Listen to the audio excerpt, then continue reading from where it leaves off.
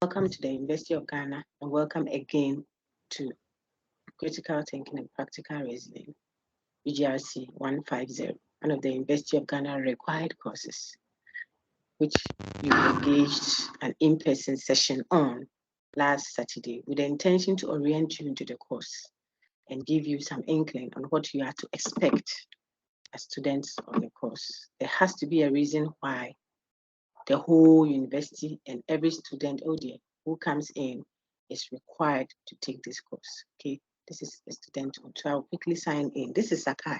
If you went to the University of Ghana website, like the link I shared with you, and you located Sakai LMS on the featured links, it will bring you to this page and then you can sign in. Someone who needs a detailed explanation of what I'm saying can find my link that I shared to all students as a coordinator of the course UGRC150. I sent you a link on how to navigate Sakai, how to find your way around. So this is my webpage. And we want to go quickly to yours. The details of the other one shouldn't bother us. So this is UGRC150. You should see the course outline if you went to your course site like I've done. Like this is the interface you see is what we call the courses site. There's a bedroom, there's a hall, there's a kitchen, and so on. So that is the site. At the site, you have different courses that you do. So this at the top here are different courses. Now I've entered my UGRC 150 course site. How do you see that? See the highlighted portion. I'm not just in the entrance or in the neighborhood or in the building, the space that would have been home. You will not be in any course. Those who are still asking for site info and what have you, if you open assessment next week and you don't locate it, it is not anybody's problem. You see, so I want to encourage you. When you come here, go to the course site for the specific course you are looking for, a resource or an assignment or an announcement. That is where we are, this one. And so as soon as you select it, whatever you are seeing at the tools side, look at the left side on your screen here. I'm highlighting. These are tools. I've said all that in a very comprehensive recording I did for you, which will be useful not only for your critical thinking, but for all your University of Ghana online taught course. That is our virtual system, our online system, okay? So if you go there at overview, I said some of the questions people are asking, what did the course outline say? That's what I asked. I do that. But I want you to go and see the course outline. It's not enough to ask for whether the course is online or this. I can't find the venue. Some come to my office doing office hours that they have come for lecture. You see, it tells you, but it's understandable. It's a new place. So that not knowing is not the issue, but your posture towards not knowing it is what the issue is. Okay. If you don't know something, you haven't done anything. I mean, who came into the world knowing everything? Who even knows everything in the world? Nobody. So that's not the issue. But what you make of the idea that I don't know, Krista, or being, I just disabled your mic, not just muted it. You can't unmute. So don't harass yourself trying to find a way to unmute it. I have disabled your mic. And all the names I mentioned are on record. So if it continues, I may have to cite all of you for making online teaching impossible for your colleagues. If we want to disable all of your microphones so that I come and sit and do a monologue, we can do that. But it is an interaction. And we are dealing with adults that we respect are adults. They come into the university as adults. So don't treat them like children that you have to keep them in the room and lock the door so that you don't come out. No. This is a university.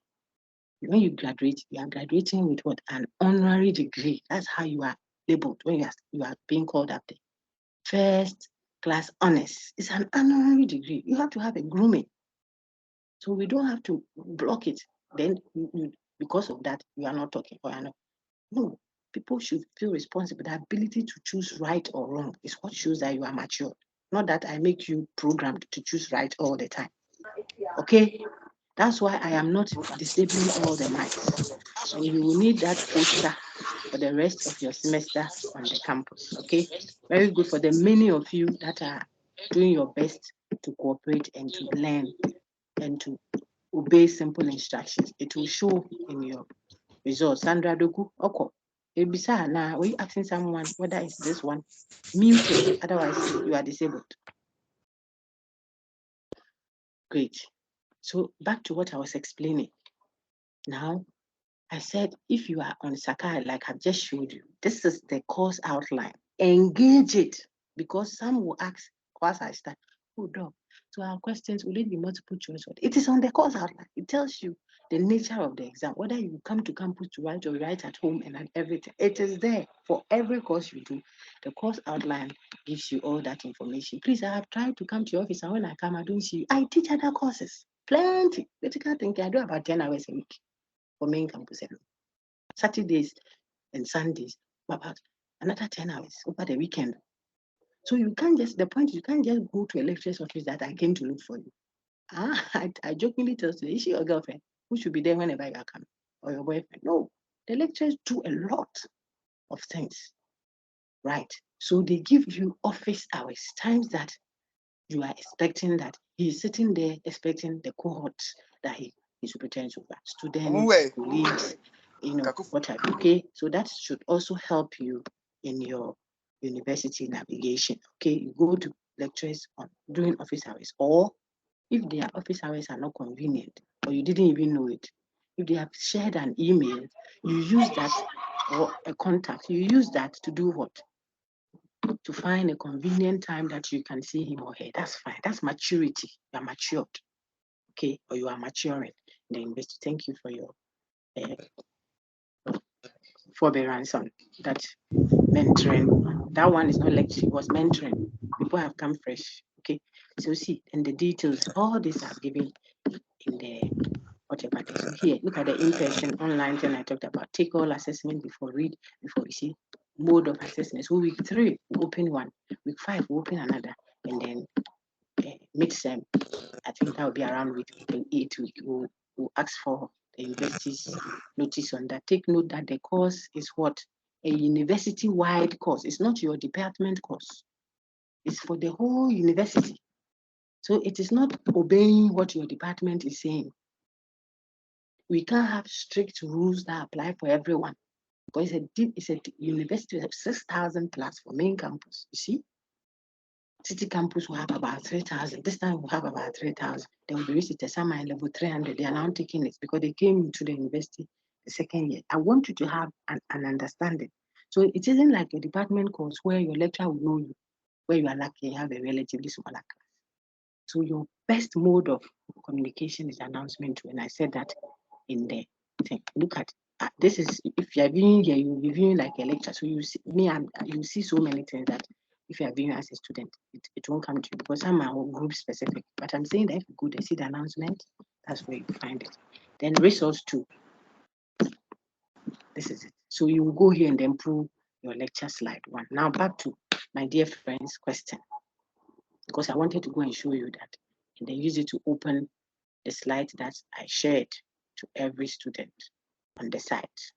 Now you can see it. If you did what I did, you should be able to see my new slide. I'm going to show it to you, and then we are good to go. Then my friend will answer the question I asked him. What did you see when you looked at the slides? You say, well, Doc, I don't know how. Now I've showed you how to do it. You should have known that already, but maybe the person doesn't know. So now he knows. Let's go and look at the projection. Let me take it from here, rather. Good. All right. So this is what was shared on your Sakai as your lecture 1 notes. These are my details.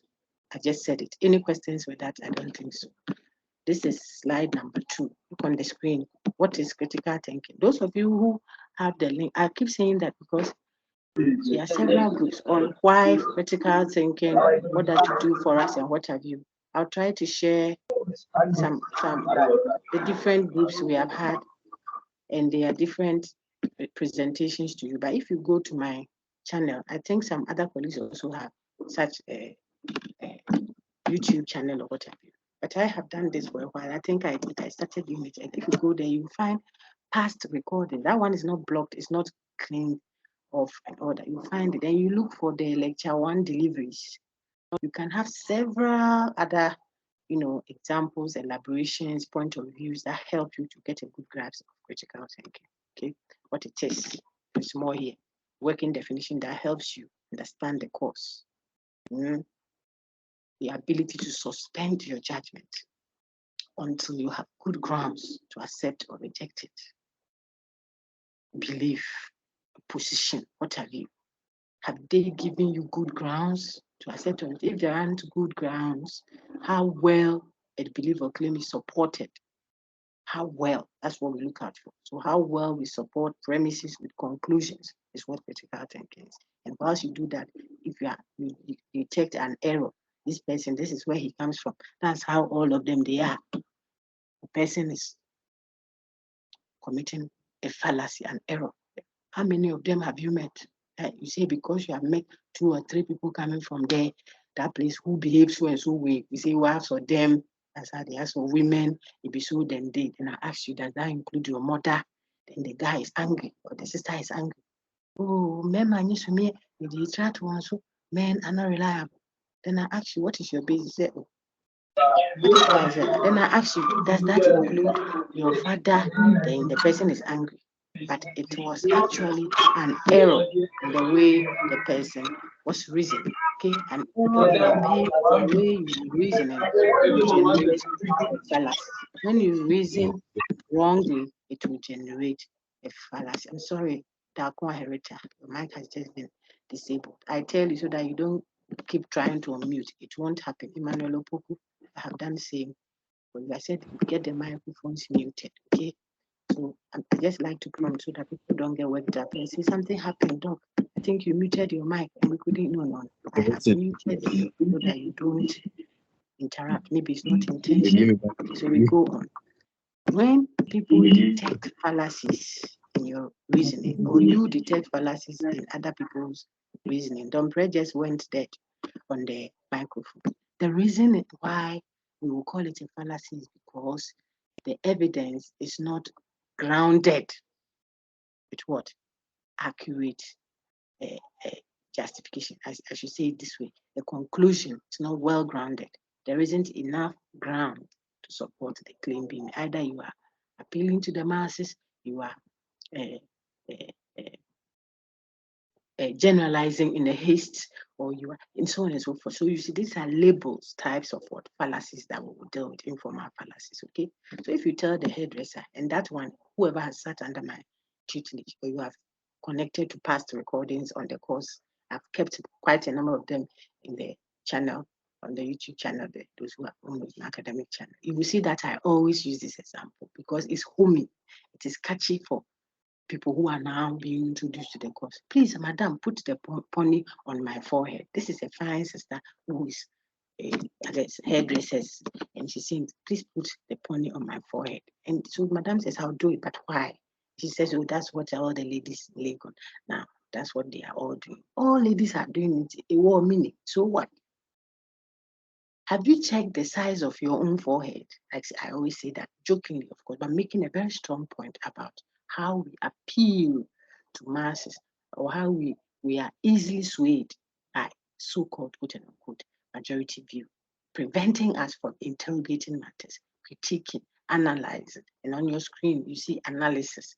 Analysis means breaking the subject or whatever is being discussed into what?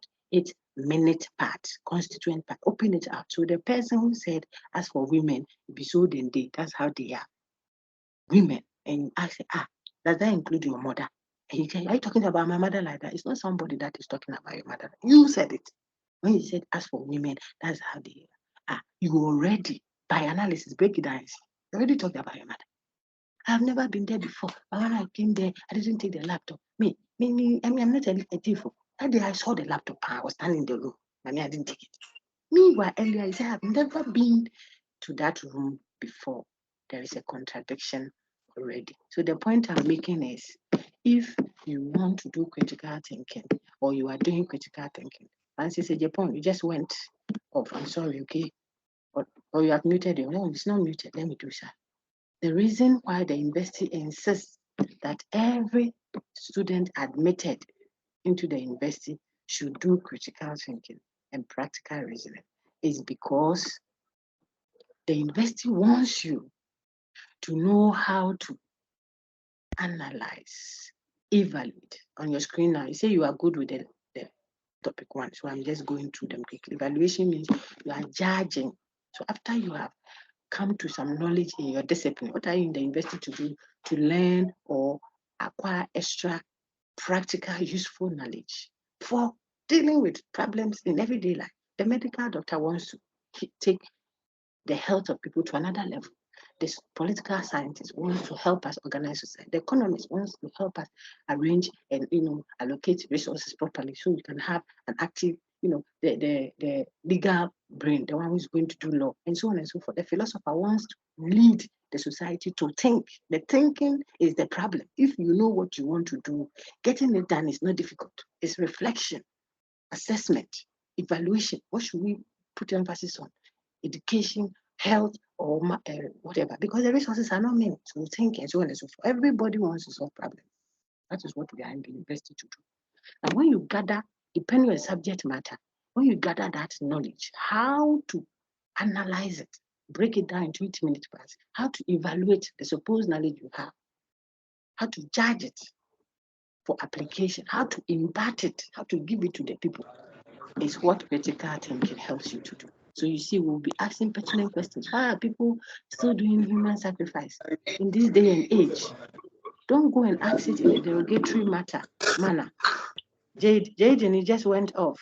Don't ask it in a derogatory manner. You see, ask it in an inquiring manner. Why is it that this society, you don't permit, an example I'm giving it, you don't permit the women to be part of, or how is it? Let's use church, because I'm a church person too. Why is that in church you don't permit the women to do this or that, or you don't permit the brothers to mingle with them? Those kind of, it's an inquiring question. The reason why a critical mind asks, because he wants to see, what if you say we shouldn't wear men's clothing, which is fine, is a correct scripture, but men's clothing may not necessarily, I said may not. You think about it and reflect. I think you should find that in a recording. Just ignore the preliminary parts that were pedagogical or purely administrative, talking about it, and continue with the substantive matter. I had quite a number of examples that I've given there. I asked, if you see women should not wear men's clothing, which is very good. It's a true scripture. What constitutes men's clothing is the issue. Because if I work in Iceland, so that I can bring food home to take care of my children, I'm a woman, hardworking. Am I going to wear skirts in the ice? You see, I may have to wear some, what might be considered to be what? Men's clothing. So we have to have clarity. My Pentecost friends, and I often use that, so those who know me, whether in person or this, I tell them, when we had PIWC, I'm not a Pentecost attendee, but I have attended that before, and I love the church in many ways. But the initial stages, we know that challenge was there until I think Apostle Poku. I'm giving practical instances. This is verifiable. We will do factual in a minute, revision, and you'll see. It's something you can verify. He came and said, look, let's understand the heart of the scripture, not just the letter of it. Otherwise, we'll be hypocrites. Someone is driving and is going to fall in the ditch. Then another church, not the Pentecost, says women must cover their head before they pray. All these examples I'm saying are there. And I want to use things that are dear to our heart so that we can reflect and see why the critical thinker must ask, look on your screen, pertinent, practical questions. The questions are not to go and show that you know something. What do you know? When were you born? But the questions are supposed to be respectfully, humbly asked. So we'll learn interrogation. It is genuine search for information. When you go on the field, go to Nana Tumfo or someone's place to go and find out something. Don't go with an already value judgment posture. You will understand that in a minute. I think you know already, but we'll go through that. Don't go with a judgment. Even if you have a point of view about it, a researcher goes to find out. Sorry, when I get hyper-elated, then you understand, because some of the things, they are crucial for our human well-being as society.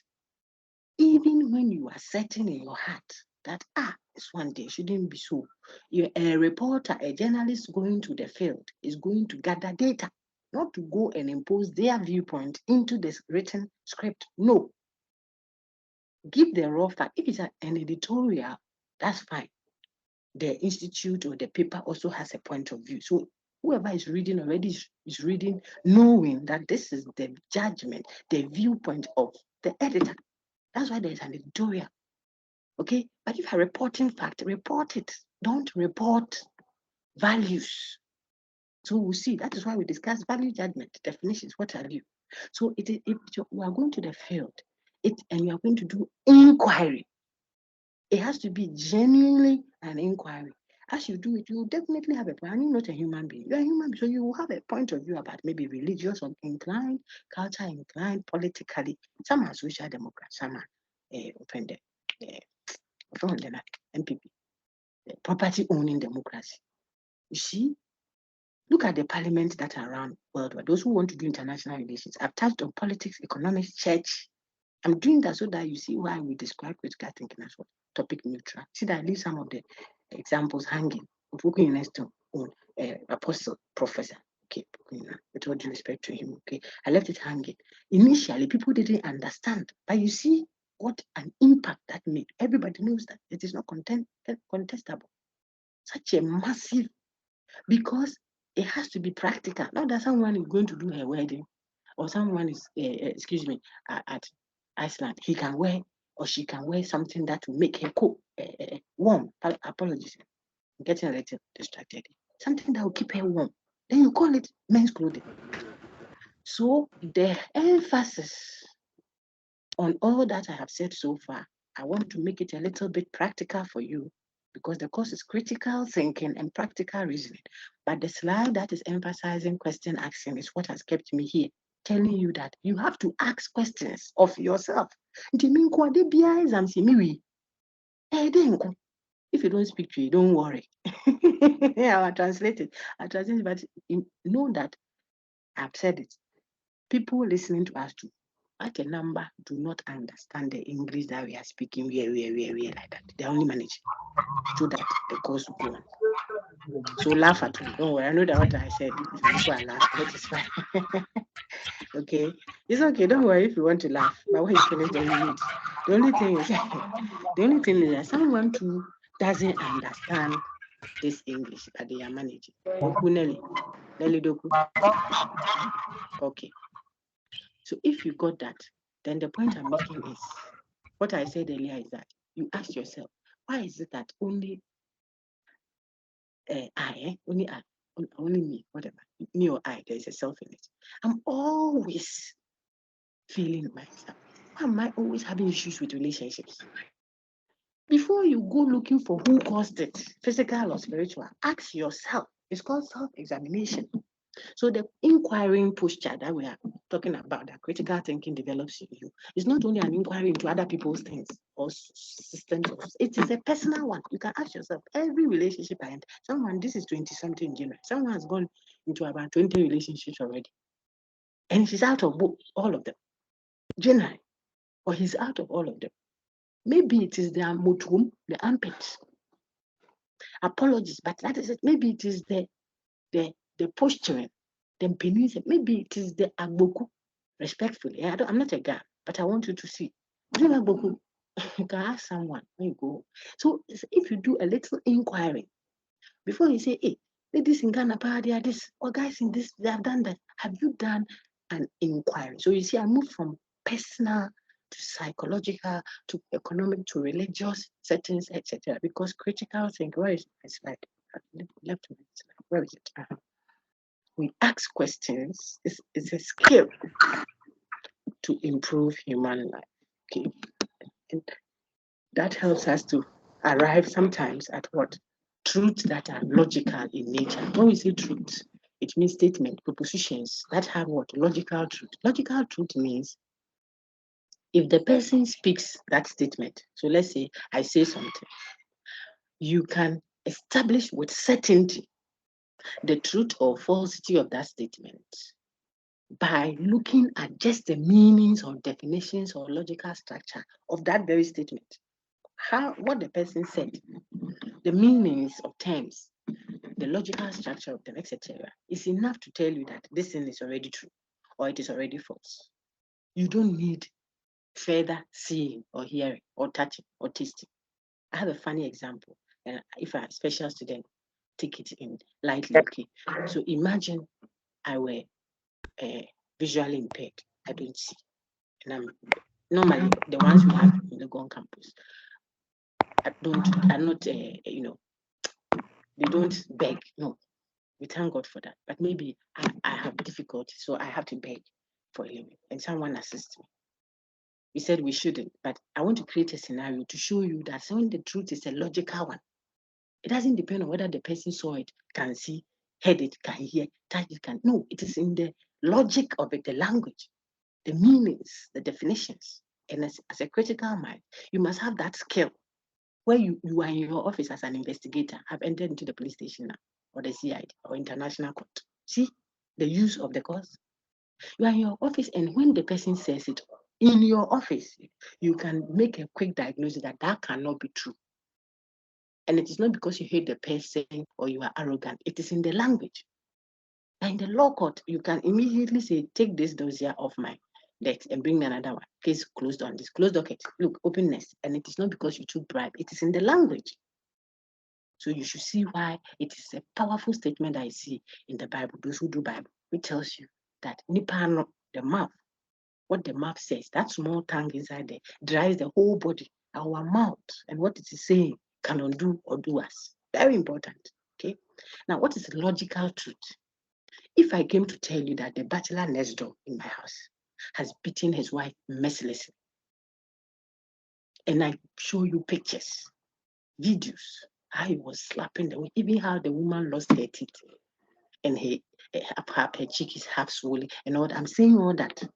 And you say, this is so unfortunate. But what did you say happened? I said, that bachelor. What has he done? He has beaten his wife mercilessly. That is the example I put. I'm showing you logical truth quickly. Okay. All in the introduction. Bachelor beating his wife. How can this ever be true? Not on earth. I tell you, the students, jokingly, not on earth, not in heaven, not now. Never shall it be that what? Bachelors be their wives? No, because of the meaning. The meaning of bachelor can never cohabit with what? Wife. Because look at how I spoke. I'm talking about the bachelor has beaten his wife. I'm not using another connotation of the word bachelor. We're going to learn connotation this time. I am explaining to you that by the statement, you can immediately, by what meanings, definitions, logical, tell me that this is my example one on the screen, which I said pause and think, reflect about, is already false. It is a logical truth. When we say logical truth, what does it mean? The statement, truth here means like statement, logical statement or logical proposition. You have seen propositions, the types already. Now you see how the concept tie in. So far, what I'm saying, I've talked factuals, I've talked values, everything ties in. So you have to know the raw materials before we start with the critical thinking proper in Unit 6 and 7. Right now, we are going to prepare okra stew. What we are doing is, hey, auntie, mute it quickly. Mute it, sister. Mute it, be serious. Oh. Mute it and let's continue. Patricia. You see, we are going to do the okra stew. So, okra, tomatoes, onion, palm oil, some money if you want to. Fish, you clean all one after the other. Cut those you cut, chop those you chop, slice those you slice. You want to slice, steam those you want to steam. Every ingredient is set. Now when you put it on fire and you start, it is not when you pour oil. The air, kojo, I just spoke fancy. Go there, hurry up, go and buy me onion. When the palm oil is on fire, I'm not going to look for onion. Sister, so you must know declarative now, interrogative, what's the other one? Imperative, because we are going to use them to construct arguments. And you will know which one. If you want to do rice and stew, you go and buy cassava, dough, and kondo. How will you get to rice and stew? So there are raw materials you use for argumentation. There is one you dictate when you want to say a polemical rhetoric or rhetorical polemic. You have to know a narrative. Then from there, we can build to what? Premises leading to conclusion. That's argument. Then now that we have argument, we can look at which ones are modus ponens, modus tollens, whatever, for validity. Then we can now distinguish validity. So you see the chain. That is why you must know the raw materials for specific, work ahead. And that is what we are doing. If you got that, back to the visually impaired person who wants someone to assist you to explain further what logical truths are, which a critical mind like you, growing to be one and better than even your teachers. In Jesus' name, amen. Should know. That's what we are doing. So logical truth means you don't have to see it. Logical propositions, logical statement. So it is a statement, not that it is actually true. Logical statement, logical propositions. That's what I'm saying. Then the one we saw with bachelor, we said it is what? It is logically false. That statement, that logical statement is already false by what? The language. When we say by the logic, we are looking at the language. If you got that, I want to now build on it to tell you that the visually impaired person too, if you, the one accompanying him, tell him that someone has come to pass, he gave you 10 Ghana. So God bless her. Another person comes to pass. You yourself tell him, because he doesn't see, okay? You tell him, oh, the next person who gave you 2 Ghana. Remember, the first one was 10 Ghana, the second one, 2 Ghana. Later on, the pastor too is passing. No plenty collection beer. So he puts in 1 Ghana. He too has given his widow's mind. God bless him. You tell the brother, each one of them, hey, the pastor is good, oh, he has added 10 cities. This person passed, oh, has given you 2. So 10 back, 2 back, 1 back. You told the person who cannot see that what there is 2 cities first, 2 cities, there is 10 cities second. I keep changing the positions, and there is 1 city third. If it is 10 cities plus 2 cities plus 1 city, even the, excuse me, I said, if you're a special student, you will need cry and learn. I mean, ignore all the emotions. I know most of you are even more mature. And talk. The person cannot see it, but you told her it is 10 plus 2 plus 1. That should be 13 cities. Now the brother tells the attendant, the one helping, please. So right now, how much do we have? He says, oh, but the first person brought 10, the second person brought 2, and the third person has brought 1. So we have 8 cities. Okay. My special student will say, oh, doc, please. Hey, I said, doc, please. But you told me that I have 10, 2, and 1. He said, yes. So what is the total? He said, the total is 8 cities. Okay. What do you want my special friend to do with the king that he's holding? The guy wants to rob him. Then when he say you can't see the thing. I can see, and I'm telling you, you don't want to listen. He said, this one is a seeing matter.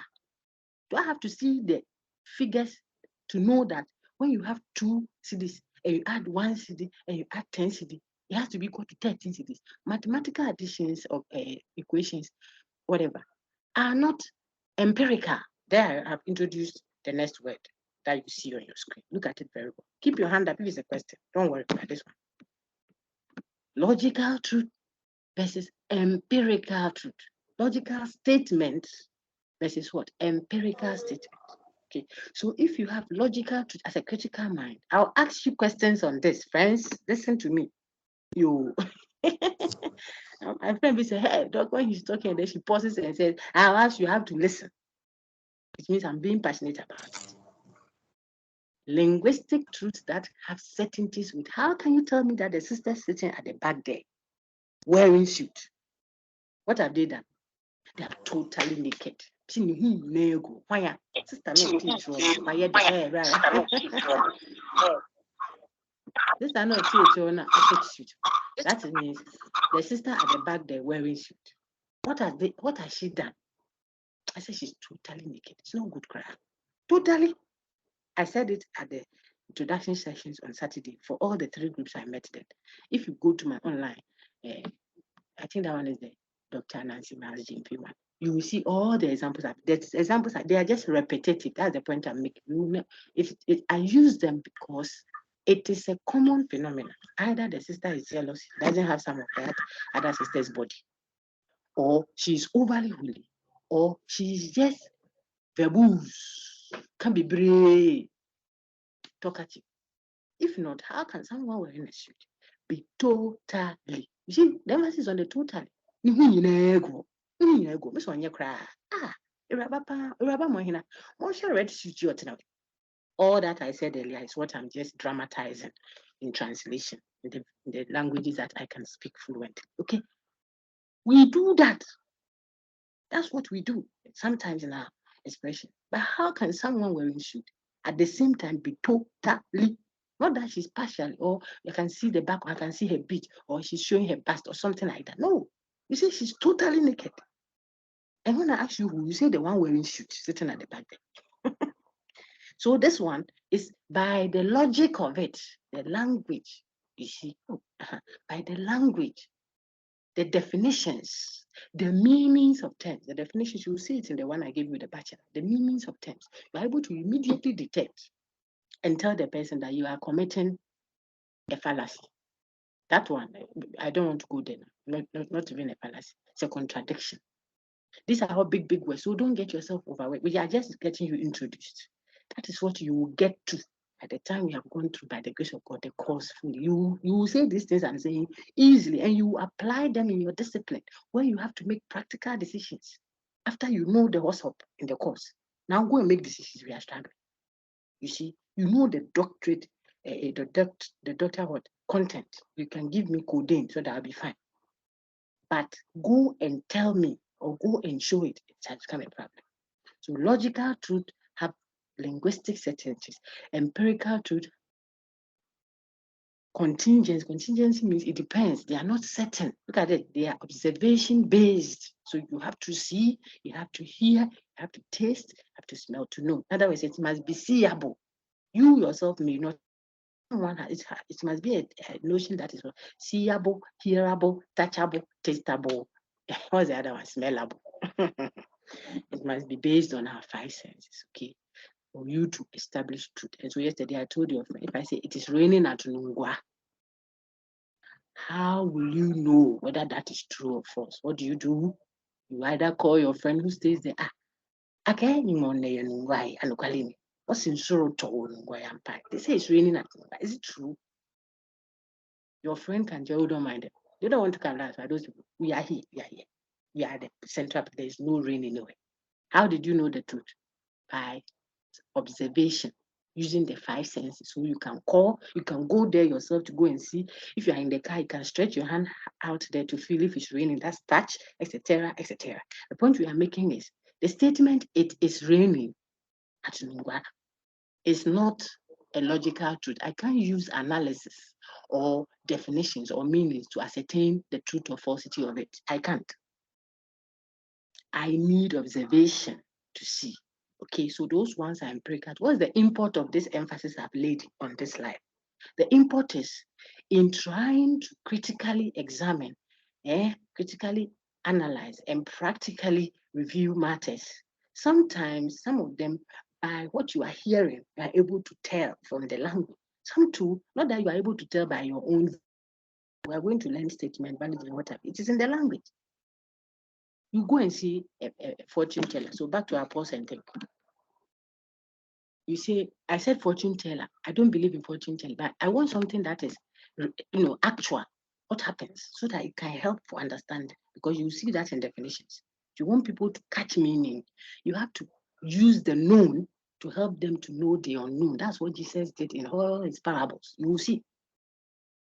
Because the people were fishermen and what have you, use fishes to talk so that people can relate. Then as they are speaking, he says, I've used the physical, I've used carnal things to tell you truth you don't understand. How will you understand the spiritual things if I speak them? Because he's using carnal, easy things that you can grasp. They don't understand. Except a man is born again, the man has come. That thing you say, he's scratching his head. He's a professor in the books of the Bible, but he doesn't understand. So you have to get what I'm saying. That is definitions. The topic 2, which we are going to just scratch the surface and then get you ready for the doc to come and continue from there. Okay. Now what I'm saying is, so the teaching is meant to give you relatable examples. So imagine you went to a fortune teller, like people do, to tell them, look, tomorrow there's going to, I want to do a mega event in my corporate entity. Maybe I have shops like brands like Malcolm, what have you know. You can name them. We want to do an outdoor event that will help us expand, market and whatever. So, but if it rains, it will might. It's a mega thing. So can you look into things and tell me? You know how these people do? Yes. Look inside it and let me know if tomorrow is a good day. What am I looking for? Just rain. Whether it will not that look for anything far away. Just the rain. Rainmaker. Will it rain tomorrow? Then the rainmaker tells, for me to do that, I will need you bring me some 2,000 Ghana cedis. And it's a big company. They will bring their items out and come and showcase them for you to see. If it rains, the items will get spoiled, the market will not come, and the fair will be what? A flop with all the systems and what. I want you to picture it. So 2,000 payment is painful, but it goes to bring it. This fortune teller looks inside, does everything, looks inside the pot, looks at his face, looks inside the man is waiting for an answer. What was his question? Please, tomorrow, will it rain? The fortune teller, after all the skirmishes, looks at his face and says, tomorrow it will rain or it will not rain. What will you do? I'm sure someone is also say, yes, that's why you are a critical thinker already. We are polishing it. The question to ask is, my friend, but before I left my home and came here, I already know that tomorrow it will either rain or it will not rain. I didn't come here for you to tell me that. I already know. What I came to ask is for you to tell me whether tomorrow it will rain. If you said yes, tomorrow it will rain, then I'll go and prepare for another day. That will be information you have given me, which can be either true or false. Take note. If he said tomorrow it will rain, just that, the woman can go home and look for what? Another time to do her outdoor event. If she had said tomorrow it will not rain, the woman didn't have to then go out there to go and look for an alternative. He'll just go ahead to do. So it would have been informative. Something that is given to you that says, an expression that says something that is what? Either true or false. You see, declarative statement, which is also called proposition. There we are. Factual. The sister didn't receive any information from the fortune teller after taking her 2,000 cedis. She tells him tomorrow it will rain or it will not rain. That is a tautology, already true. I'm showing you an instance of a logical truth that's already true, a logical statement that is already true by the logic of it. Okay, I showed you two instances where it is already false by the logic of it. This one will be the instance that shows you what an expression that is already true. So you're a panelist. Barca is going to play a match with Man U. Messi will play, the only player in the world. All others are learning to play football. He is the player. If you like, unmute the microphone and say anything. I'll do you. So the brother is going to play. You want him to win, and you are planning on betting. You are on the panel. They ask you, what do you think? Tomorrow, will Barca win or not? Then you will see that most times those who come say, oh, if Barca does this and does this and does that, then they win. That is a tautology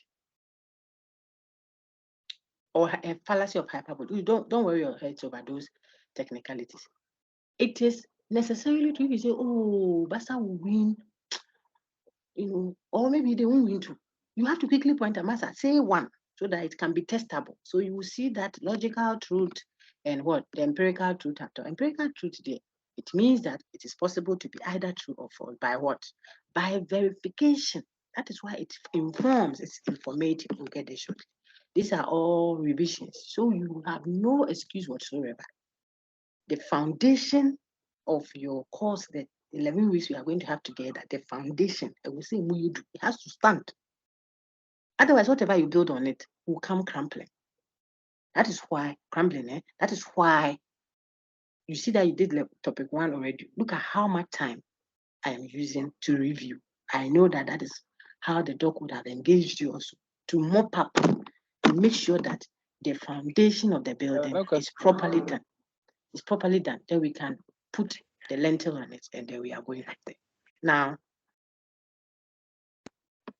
if you know the difference between empirical and logical truth, which are all tools, so far what we have done in question accent, analysis skill, evaluative skill, communications, all those ones.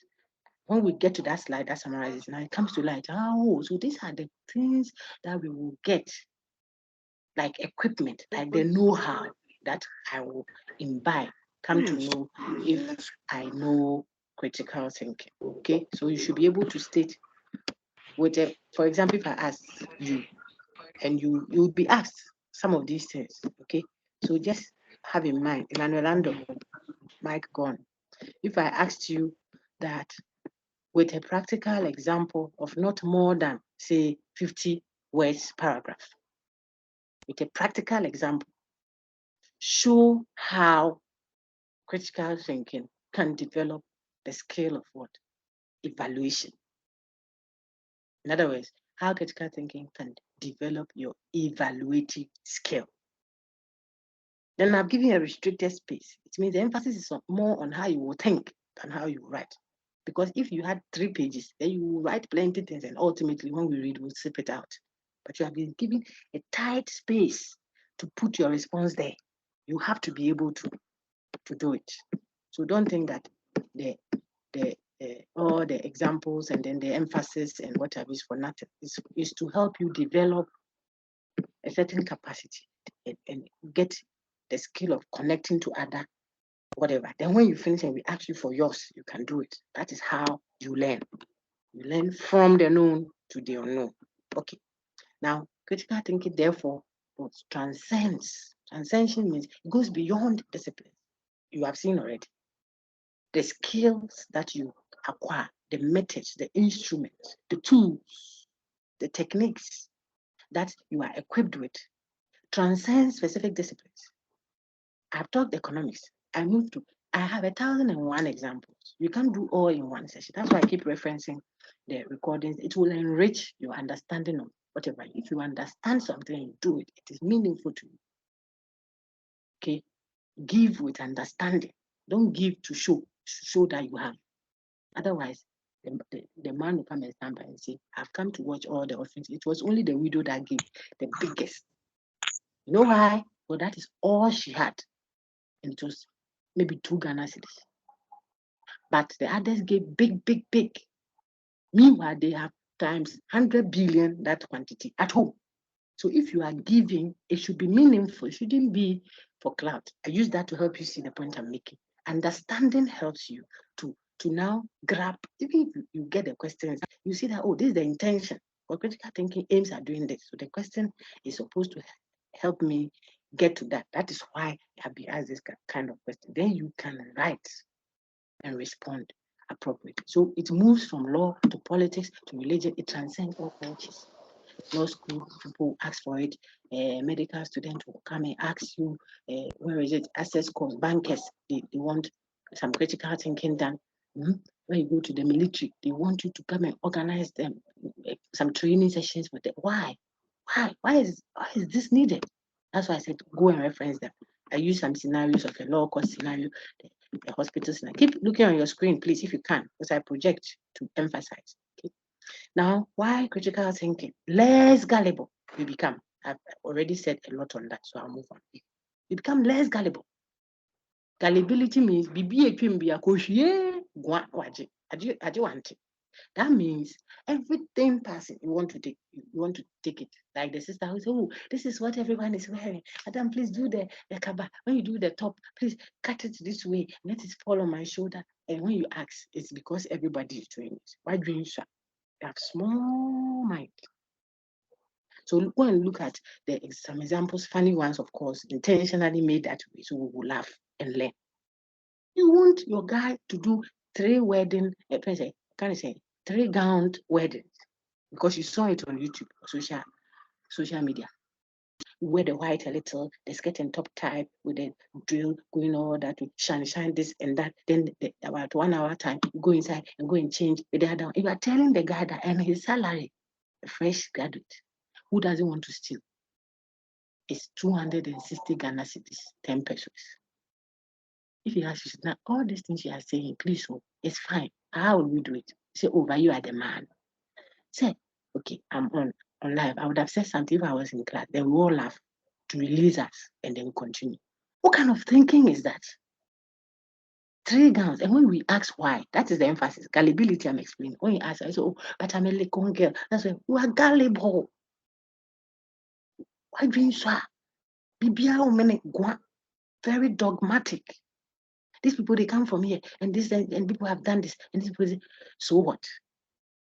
Heavily prejudiced. As soon as they see someone maybe marked by certain something that identifies the person religiously or culturally or what have you, already. I told my philosophy student, if 2 people came into my office, of course, it speaks of something too, but I still want to make the point. And then afterwards, maybe we can find something that we are looking for. You see that immediate one, oh, I know. I think it's the guy that had the braids on one. That's that guy. I suspect him. Why? Very gullible. Gullibility. That is why the crutchy people, those people who now want to dupe us, they wear coats and tie. Both in religious settings and at the market areas. And when they knock on your door to come and show you products, when you see the coat and ties, oh, the way he's dressed there, it can't be him. Very gullible. Who told you that a thief comes telling you that I'm coming to steal? Oh, everybody, I'm coming. Who tells you that? You have to be smart.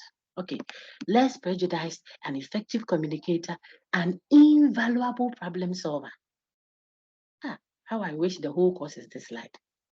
You see the examples and then the practicality I would have put to it for you to see why you must ask pertinent questions. Analyze matters. There comes the skills. Evaluate, judge matters. Don't be taking in. Then after, no, we will all be running. When I see people running, I also judge them. We run. We run, and when we get about 3 days after running, then why are we running? Another person is like, me too, I don't know. I saw people running. They are running. Say, oh, how I wish it's a person. I was going to say, but I can't say it because I don't know who else may be listening that I have to accord that respect. Take note. Okay, a problem solver. 2 couples, or a couple, I should say, a man and a woman, you're a psychologist or a counselor at church or in a certain whatever place. They've come to sit in front of you with an issue that you should help resolve. Why do I give examples like that? Because I want the knowledge to be practical, because it's critical reasoning, critical thinking, and practical reasoning. When we think critically, we have to let it apply to everyday reasoning. Church, everybody, some way, somehow has their church figure, like you do, the church thing, religious. Even the atheist is a religion. He believes that there is nothing to believe in. It's a belief. So from religion to politics to that is for everyday life. So this couple are sitting in front of you. You're speaking, how you are speaking to them to resolve the matter, how you are able to diagnose what the issue is with their relationship. The child is not eating, a pediatrician. Maybe I told the class, my groups, when I met them, I said maybe it's because of how mommy displays the food in the plate. Big banku. Yes, the child likes the banku, but the banku is sitting in the plate big. The okra stew is sitting next to it, bam. The child is 3 years old. The thing is not interesting to her.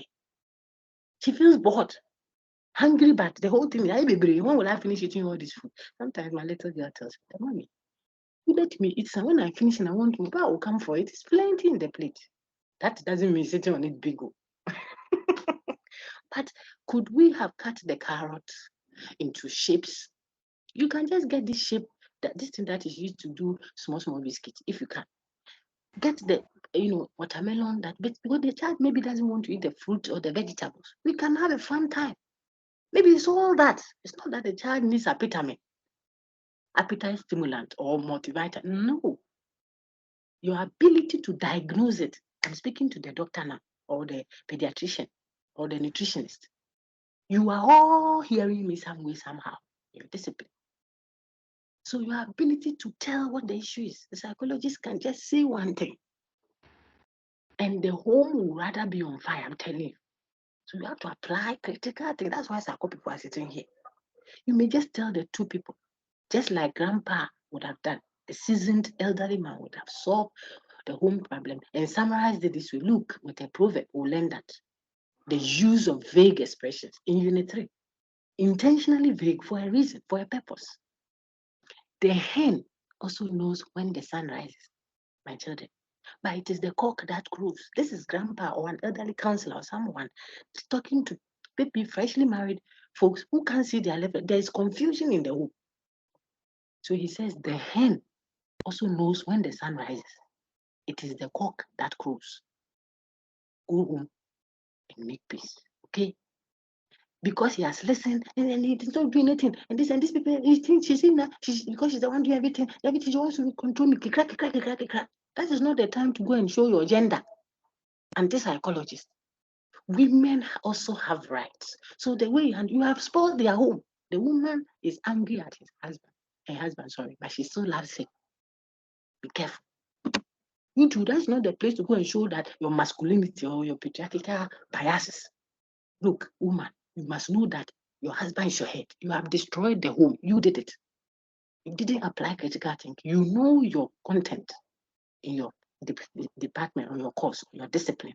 We respect you for that. But you didn't apply critical thinking. You didn't reason practically. If I go and put this woman in prison or this man in prison, you know, for this crime he or she committed, depending on the nature of the crime.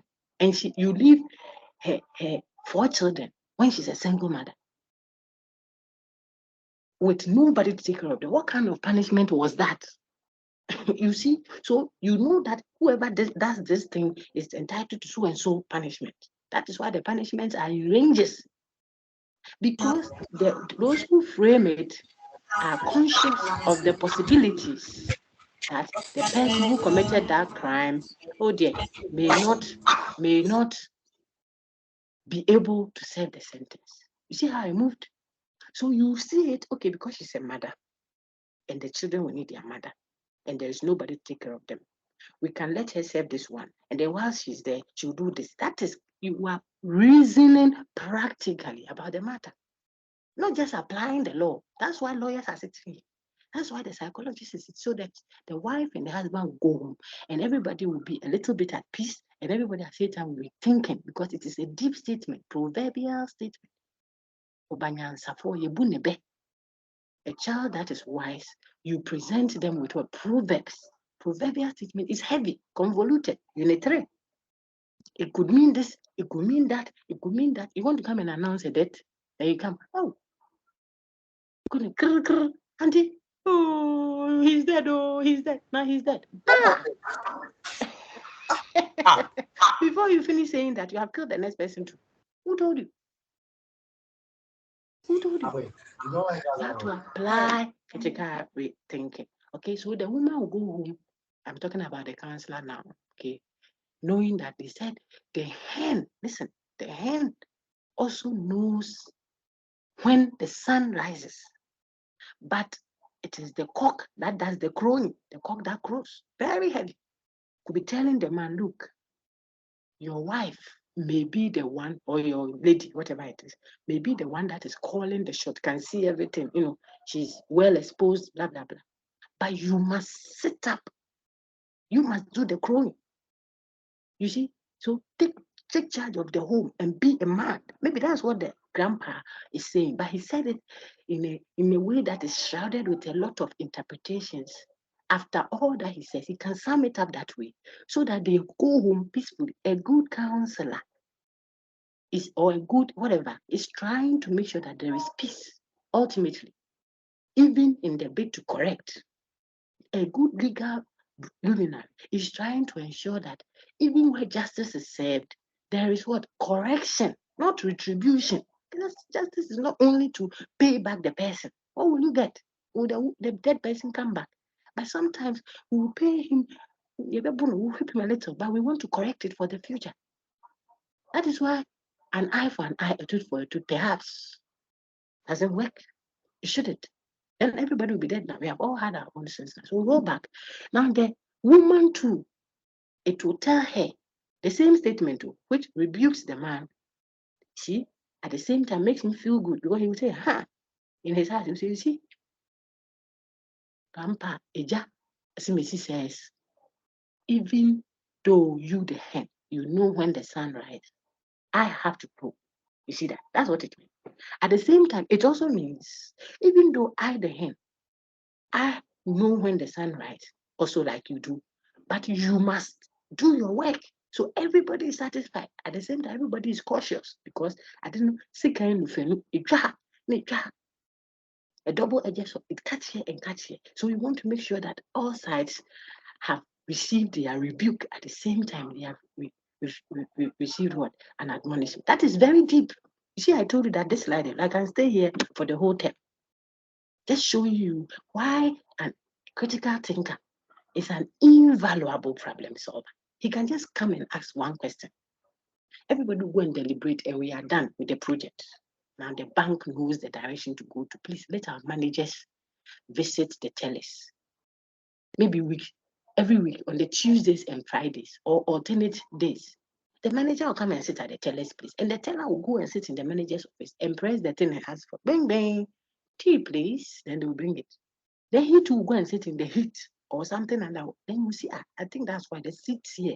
Are you comfortable when you sit? When I sat there for those 3 hours, Charlie, what is you? Then the customers can be rude sometimes. Or I think that we should have a queue for that is how you know the problems. Go to your office, bang bang, then they bring you tea morning, bang bang, then you keep eating and eating and eating and sitting in the AC and the people are working. Sometimes do what the cleaner does. That is how manager should be managed. How will you tell if you don't participate?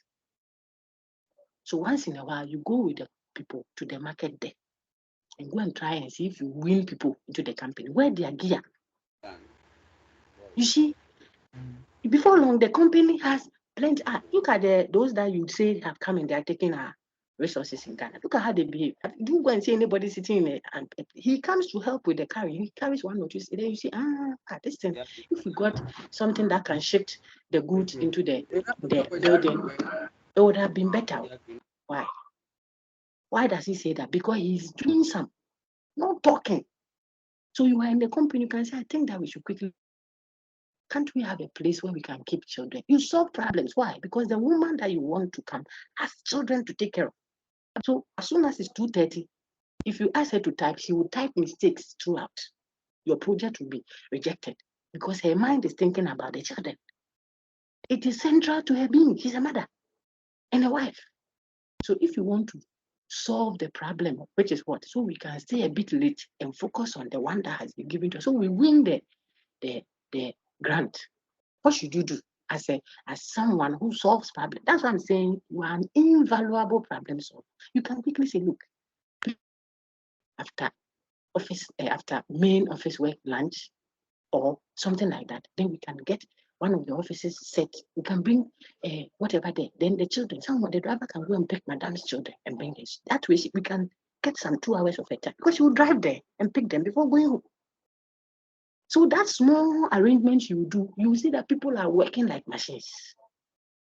Problem solver, identify, diagnose, what is the reason, what is the effect. That's what critical thinking does. Taught. Very good. So see the skills now on your screen. Some of you should get ready to read for me, okay? I wanted the foundations to be strong and we build on it. See the skills. Can anyone read? Raise your hand, please, if you want to read. There are certain hands up already. If it is not to read, then kindly put it down. If it is to read, then you read for me. So we mop up Unit 1 nicely. I'm happy about how much. You see how comported the class is now? It's very beautiful. Now we can start having a little fun. Once in a while, we open and we all laugh and close. Let me take, Jaden, you are muted, so you won't read. But I can take Samuel Akoka. Is it to read? Excuse me, Gloria. Do you want to read? Yes, please. Okay, go ahead. Afterwards, Alexander, you can read. Okay, so let's take Gloria. Very well. Go ahead. Yes, please. I'm here. So, critical thinking skills. We have open-mindedness. Then, inquiring mind. That's question asking. Then, analytic skills, evaluative skills, communicative skills. Very good. These key skills are what I have talked about long like that, showing you what they mean and how they apply in everyday life. Auntie, please read the next one. Quick. Thank you. The course aims at equipping you with concepts, tools, skills, effective speaking, sound reasoning, or analysis. conceptual clarity, recognizing, diagnosing, and solving problems for the work environment and everyday Very life. good. And everyday life. Well done, my lady. Thank you so much, Gloria. Now take Lexan. Gloria, please mute up. Let's take Lexan. Whilst I generate the next slides. Lexan, please read it quickly. I'll be Okay, very madam. grateful. Yes, go ahead. My name is Dr. Humans, Miles. Thank you. Go ahead. humans are beings. Humans are beings that think. Our thoughts are often captured or expressed in language. Since we may never know a person's thought exactly, we depend on what a person says to determine what he or she had in mind. So, sentence-shaped thoughts means our thoughts shaped into sentence. Well done. Well read. It doesn't need any further clarification. So just read, please, what I put there down there. The what I put there in blue. Can you see it? Yes, please. Okay, we can move quickly. Let's go to pause and note. Up, scroll to pause and note. Did you see pause and note? Lexan, do you see pause and note? Yes, please. I can see. Please read. Okay. As a critical thinker, say what you mean and mean what you say. For Very out good. of the abundance of the heart, that is mind, the mouth speaks. Yes. Notice the infinite regret or regress, right?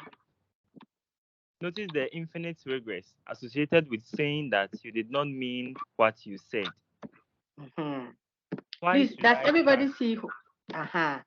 Just a minute, sir. So you see Yes, that sir. when you do something, I tell you, let's give an example. So you tell someone, you, this thing, that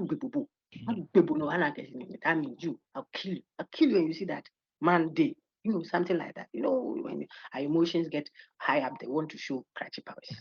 So you say all these things, then the next day, go and find this person. God forbid that for any one of us. Ain't it that? You should do. Okay. But you go the next day, the guy is dead. Hey, you are the first person to be picked up. It doesn't mean though that you did it, but you be the first suspect. Why? Because of what you said. You say you killed the person, the next day the person is dead. So what? If you don't want to say that, if you don't want to be, accused of being the one who did it, then don't say it. That's one. Two, if you go and they actually say, oh, I said it, but I didn't mean it. You see how people say that a lot. When we go to the law court or the police station or, crime scenes, I didn't mean it. Should we let you go because you said you didn't mean it? Won't you go out there just in case you did it and tell the people that I told the police I didn't mean it? But that I didn't mean it, I told them itself. I didn't mean that I didn't mean it. That can go on ad infinitum, can lead to infinite regress. That is why you got to say what you mean and you got to mean what you say. If you got that, then you see why we are getting what topic one. When we speak, it captures our intention all the time. Whenever you speak, it captures your intention. Someone will say, oh, dog, sometimes the things we say are not what really we mean. You see what I said earlier, then don't say it. Because we are unable to establish whether you meant it or you didn't mean it. We are not witches and wizards to get into your head. So if you are saying it, then it has to be taken that you mean it. If you don't mean it, then don't say it. Anyway, so that is for introduction. Now, when I speak, it is for an intention. There's a reason. So one of you, I think we should read. It will help because you have already done it. Then we use it to mop up. First, there's an emphasis there. Then I take it. Thank you, Lexan. I want to take. Doc. Let me take Belinda. Belinda Banafo. After you, then I'll take a gentleman. Hopefully, then we work that way. Kindly lower your hand when you are done, please, so that someone else can read. Go ahead, Belinda. Go ahead. Yeah. Interrogate types of sentence that express our thoughts. 1. Interrogate questions. Are sentences expressed to seek information? To seek Example information. 1. Okay, my ladies, okay, thank you. So when you speak and I try to get into your intention, what you are trying to say is you have said something that seeks information, then we will label it as what? An interrogative. So we are trying to look at speech acts, interrogatives, imperatives, declaratives. They are all categories of our speech. Our speech captured into what? Action. When people speak, their speech is intended to do what? To make you get into their mind. There is an intention behind speech. Okay, so our sentences shape our thought. That is what we are trying to do.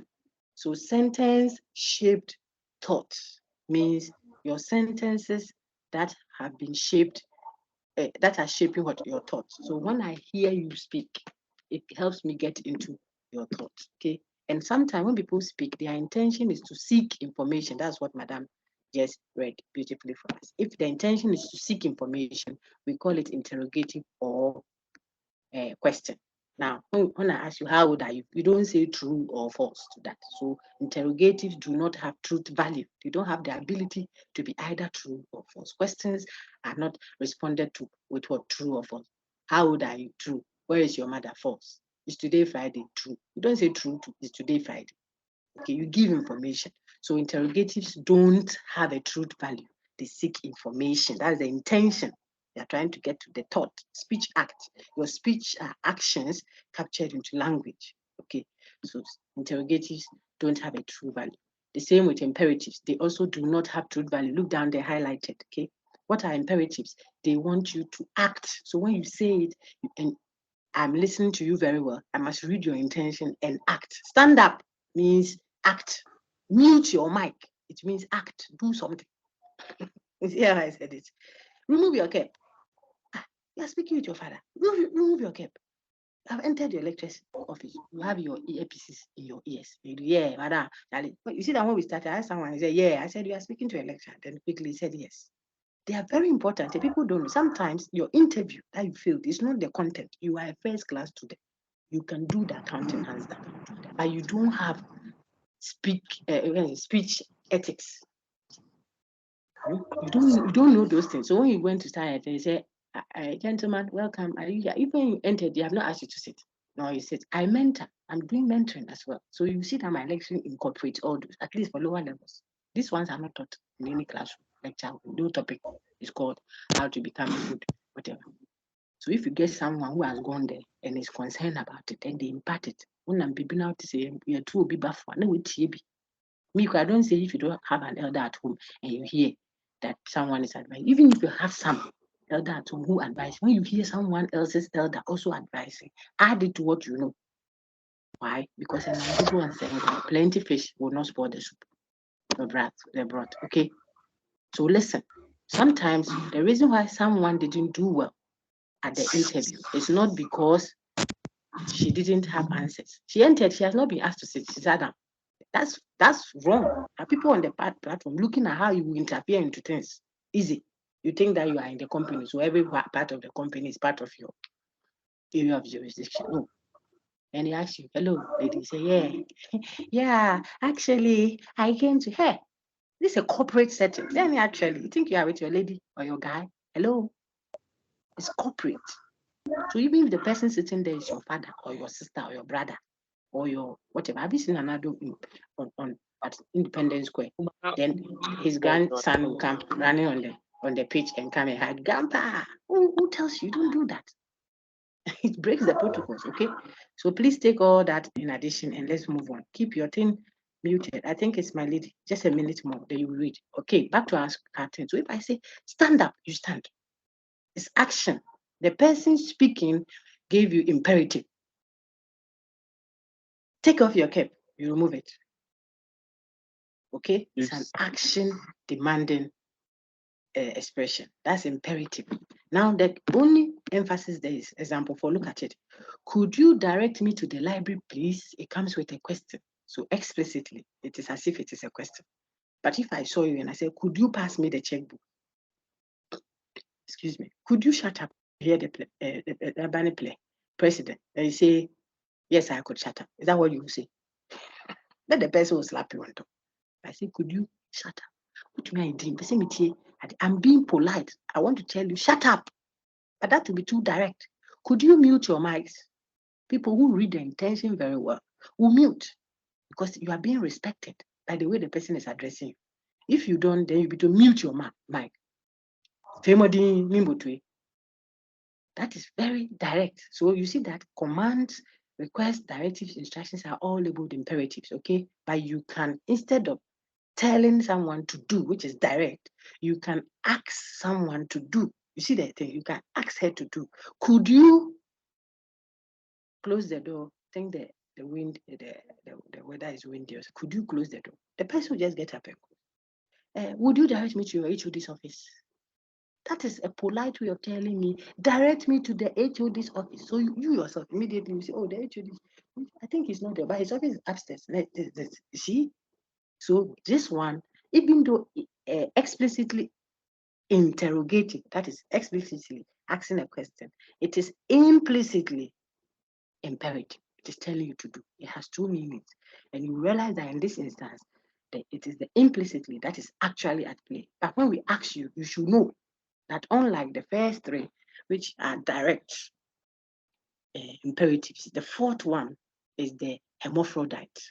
And take note, throughout your time with us on the critical thinking team, throughout the topics, you will see that we will give you two extremes, and then always there is a middle liner. The thing is either a factual or a valid judgment, but you see that it could also be both. Sometimes you can have an expression that could be both. That is why you must know that the world is not always white versus black. There are sometimes gray areas, gray, blend. It's not always that you directly, we're talking about the physical, biological system, or whatever. There can be male and female, and they're hermaphrodite, the mixtures. I'm not talking about anything that gives anyone any, confidence in anything. No, I'm talking about people who are born having both a male and a female organ. So you have to work out whatever. So if you think you have just a male and female, they can be blend. I'm using that to help you understand that it's not always categorically. No, that's not how the world is. So a critical mind must be sensitive to that. And this is an instance of it. Look, the thing presents itself as if it is asking a question. Yet it is actually telling you to do. So it has two ways of looking at it. And that is what you should know. Depending on the question you are asked, then you answer. If we say this expression could be A, factual, B, imperative, C, what's the other one? Interrogative, D, both imperative and interrogative. You choose that. You choose that. Because it could be both.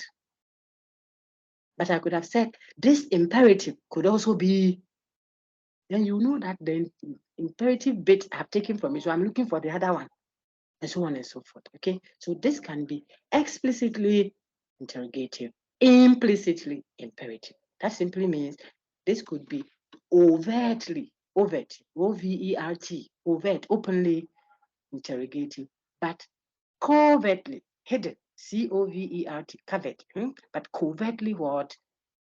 Imperative. That is what you should know. Those big terms are nothing. One means when it is openly revealing itself, it looks as if it is interrogative explicitly. But if you look into it very well, it is implicit. Implicitly what? Imperative, and so on and so forth. I spent some time there. Then it brings us to the third type of linguistic expression. We have seen interrogative, imperative, and this one is what? Declarative. Declaratives convey information. Only this type. Look at the surname and the middle name for declarative and the maiden name. Look at, they are all there. It is called statement, proposition, assertion. To state, to propose, to assert. They are all declarative. So if you call me Nancy, it's me. If you call me Amma, it's me. If you call me Miles, it's me. If you call me Bafo Jimfi, it's me. One person. You always have to have that in mind. It disturbs some students, Papa, because they've learned declarative. Now when they go to the setting where they are asked to give an account of themselves, then they go and see the question about proposition. And they say, but this course, what is proposition? Which animal? What is this? Masa. Proposition. Nini declare. Nana, Nini Ado, Nini Dankwa, John Dramani Mahama. If you call him ex-president Dramani Mahama, is him. Ex-president Mahama. the ex-president before Nana, of course, that is clear. It's him. It's his name. John, Dramani, Mahama. They are all his name. What is your problem? If you know only Mahama and you didn't see the John, and then they say, oh, ex-president who was there before the current president, John. They say, he's not the one. Who is John now? Is it not you? Well, now the John in quote that way, stipulatively used. Okay, I'm going to show you stipulatively. Now why John? You see, that is this expression is in quote because you will see that we are using that same John in a different way when we look at the introduction to our unit 2. So come back to our slides. Declaratives alone, the ones that we will study as linguistic expression, it's only declaratives that have got a truth value. They can be either true or false. So if I say Ghana has a new speaker of parliament, that can be true or false. If I say, how old are you? It cannot be true or false. You can't respond true. Shut up. You say false. Sit down. You say true. Really? No, we don't do that. So imperatives don't have a truth value. So they are not truth bearers. Interrogatives don't, but declaratives do have a truth value. Why? Because they convey information. If they are giving information, then the information can be either true or false. Now on your screen, sometimes the expression is incomplete. Rice and stew, what has it done? If I said, give me rice and stew, what will it be? Let's take some chorus answers so we can breathe a little. Give me rice and stew. Everyone on mute, wherever you are, and answer. What will it be? Is it imperative, interrogative, or declarative? Give me rice and stew. Give me Imperative. Imperative. Imperative. Imperative. Imperative. Imperative.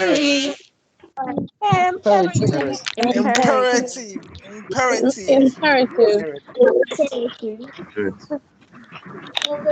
Imperative. Imperative. Imperative. Imperative. It's okay. It's okay. It's okay. Okay. I can open my mouth.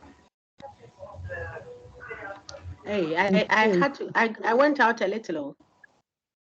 Okay, there was a little interruption in my thing. Please, am I audible? Can you hear me? Yes, Yes, we can hear you. All right, Yes, thank you. please. How about the screen? Yo, Mate, yeah. Thank you, my lady. How about, okay, thank you. Then I keep it there. I asked a chorus answer. I was asking that if I say rice and stew, then you will know where to put it. Like I had said, give me rice and stew. Then we all know that would be what? Imperative, right? Yes. Thank you very much. What about if I said, where is my rice? Where is the rice and stew? What would that be, please? Interrogative. That's very true. Don't worry, I want chorus answers, so don't worry. Just keep giving me. What about if I said, the rice and stew is so delicious? What would you say to that? Some people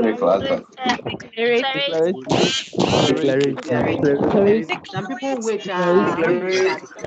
Yes. Some people wait when you start and you are going to end. Then they get rating. Rating. Declarating. Rice and stew. But if I said the rice and stew is delicious, then we have all seen that is declarative. Very good. Now we want to mute. Okay, I'm going to mute so that there won't be interruptions again. Then we can get substance, which is very important. Lexan, please mute again. Priscilla, please mute. When you are ready to read, then you are mute. Okay. All right. Thank you very much. That's very cooperative. Now we are having a serious class. Vanessa, you're still unmuted. Please mute. This one I don't want to disable because I made you give the chorus answer. Some will take a while to go back. Well done. So we want to continue. The thing that I made us do right now is for it to be imprinted in your mind that when it is clearly a complete sentence, you will know where to place it. But sometimes expressions come incomplete. So if I just say rice and stew, you don't know if I'm asking you to give me rice and stew, or I'm telling you the rice and stew was delicious, or I'm asking where is it? Because it is just rice and stew, I said. Then that becomes sentence fragment. I didn't say statement fragment. Take note. I said sentence fragment because a sentence is a collection of words and you haven't finished making a complete thought with it. It can be a sentence. It's a collection of words that make complete thought. So imperative is also what? A sentence in this regard. We're doing logic. Critical thinking. Okay? Imperative is a sentence. Because if I say stand up, the reason why you stand up is because I have given you a group of words that carry a complete thought. It makes meaning to you. Where is your mother? It is a sentence in this regard. Why? It's a group of words put together carrying what? A complete thought. So it makes meaning to you. That's why you will call it what? An interrogative. You can go and respond to it. Okay, but if I say rice and stew, like I told you, it is not a sentence yet. It's a sentence fragment. Now you will know why statements are a type of sentence. When I say statement, you know what I'm referring to. Declarative. It's a type of sentence. Why? Because it is also a group of words carrying a complete thought. Matthew, I just disabled you too, except that it is a special type of sentence. I'm referring now to declarative, which is also called statement. Remember, it's a special type of sentence. What does that mean? Not all sentences then are statements. Now it's clear to you. Imperative is also a sentence, right? It's not a statement. So sentences is a big set. Inside that set, you have statements, imperatives, interrogatives, and so on and so forth. So all statements are sentences. They are inside a set of sentences, but not all sentences are statements. Great. If we use that to do our last slide revision. So we are now on emotive expression. And then if Messi scores a goal, and I'm so excited, and I shout, "Go!" I didn't ask you a question. I didn't say anything that is incomplete. So you call it a sentence fragment. And I didn't tell you to do anything. It's complete. That is my emotions at play.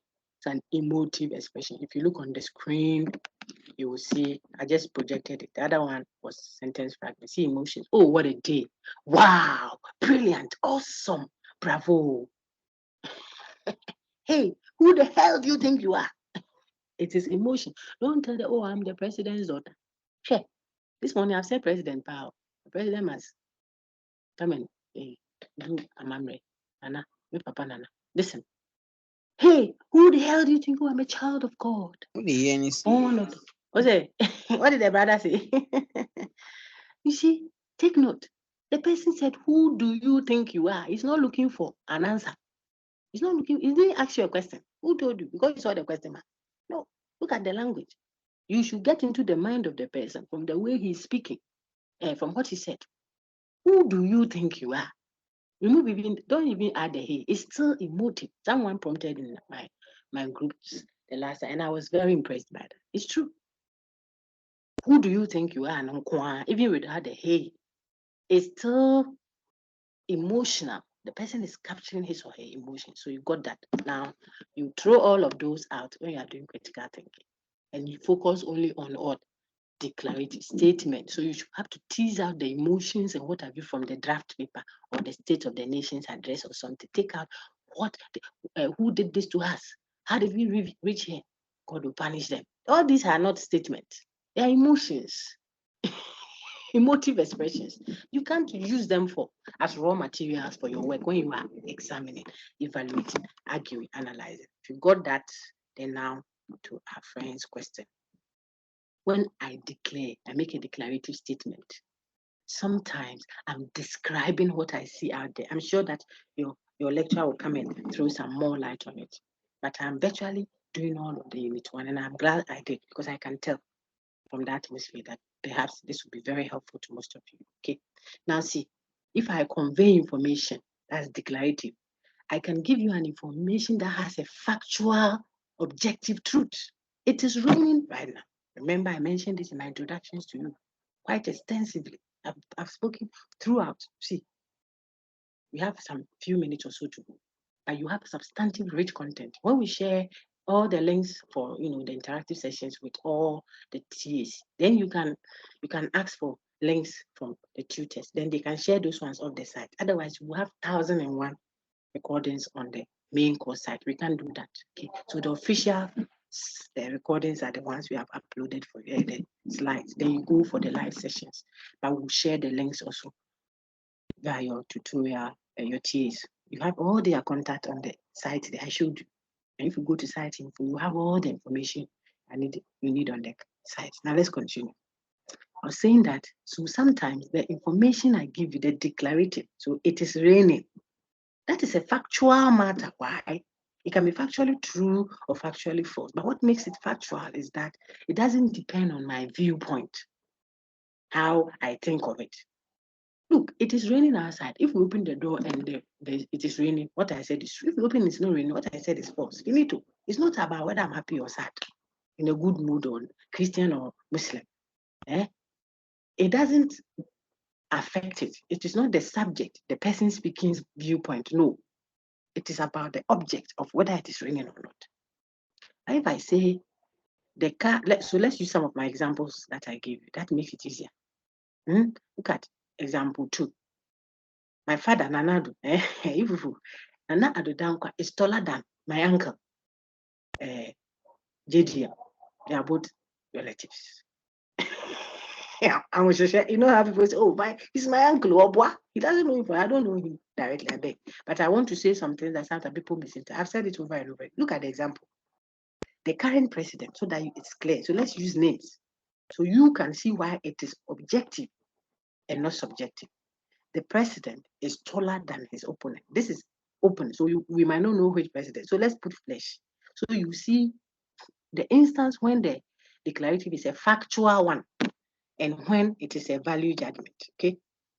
Sometimes when we speak, like the example 2 I've just expanded, Nana Addo Dankwa Akufo-Addo, our current president, is taller than his opponent, John Dramani Mahama, ex-president.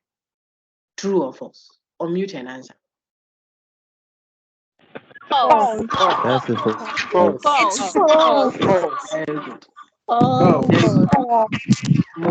Well done. False. You see that it is false? Please, I can't see any projection on. Hey, Rade. Please, can anyone? Hey, my brother. Please, can anyone see the factual statement? Yes.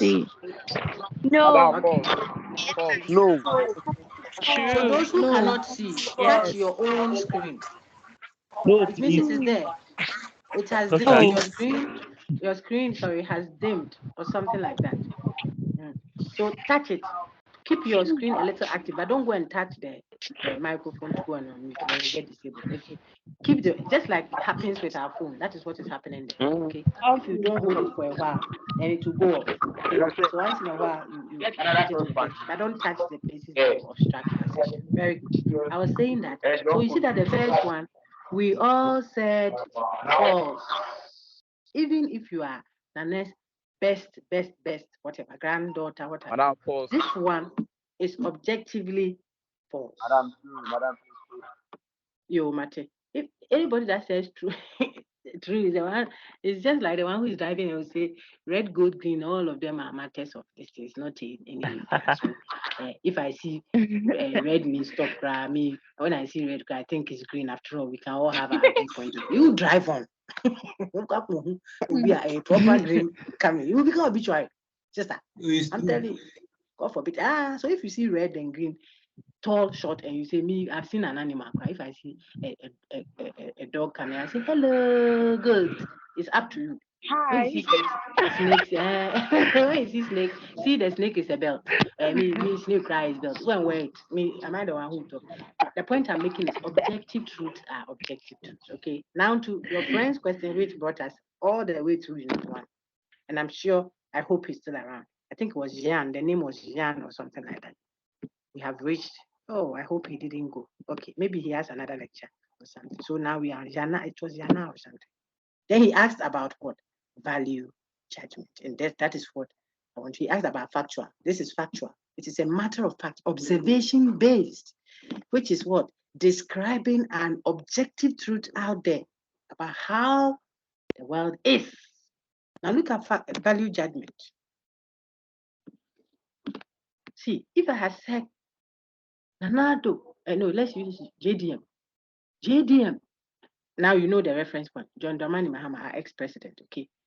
I gave the first example to express factual. If I said JDM is more corrupt than Nanado Dankwa Akufo-Addo, the current president, true or false, in my studio, you will see the confusion there. You are true, false, all true, false, depending on whether I am Asiedun Ketia party chair or I am the current chair, who is the chair of forgotten of MPP. You see, it will depend.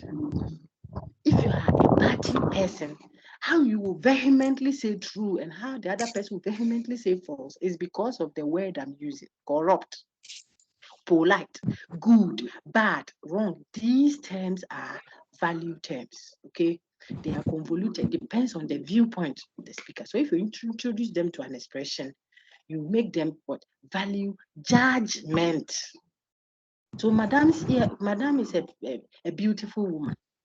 That is a value judgment. When I ask the brother who is listening, oh, beauty, but this woman, well, okay, she's fine. I mean, if you say, I'm using myself now, just so that you see that no hard feelings. What is important is to grab the concept, and that's what I'm doing. You go, you pass, and I'm glad I have a lot of fun students. They love to learn with me. That is what I'm interested in. So I don't want you to have too many emotional attachments. You're a critical mind, okay? So that's why I'm using myself. So someone can say, Charlie, my lady the bee, Papa. Hey, this girl, she the bee. He's not allowing us have peace at all. So bring a picture of your sister. Hey, the lady, sorry, your lady. Let us see. The gone sister be one. Hey, Charlie, sister, you're fair. Fair, see. So he brings it. And he shows her. You know, she says she the bee. And we all look on the phone. And we are disappointed. Don't unmute your mic. Because the brother thinks she's so beautiful, but someone else can say, but this is not the beauty. Beauty, the natural hair. And that person, beauty. Oh, if you get the borrowed hair, which Nancy too borrows, and when it's dripping down your, yes, that's beauty. We can never agree on it. But look at the taller than.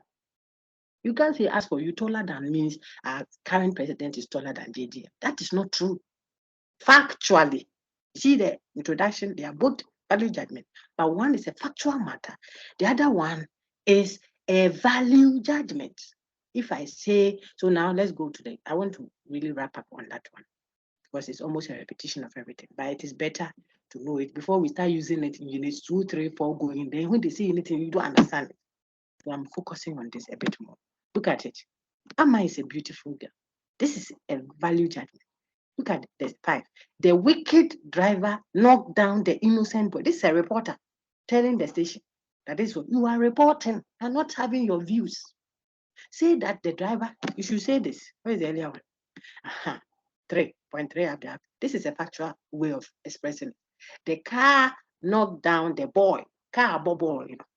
Let the wickedness or the innocency of each one of them be the decision of those who are in the capacity to do that. Otherwise, you prejudge the matter. That's why sometimes they take the cases in court. Nobody should talk about it. People don't understand. Because we are so opinionated. Then the person is on this. What I said means you don't know anything about the matter. But you are in the studio giving opinions, which will now influence or suppose the judgment that comes out aligns with yours. It makes it look as if you have influenced the decision. It doesn't augur well for justice, you see. So what? So the wicked driver knocked down the innocent boy. There is a value judgment because of the use of what? Wicked, innocent. Look at the next one. The president is more corrupt than his opponent. He's a good boxer. The good is not visible for us. The brother that you say he's good. They say, oh, this guy that I have, how buy?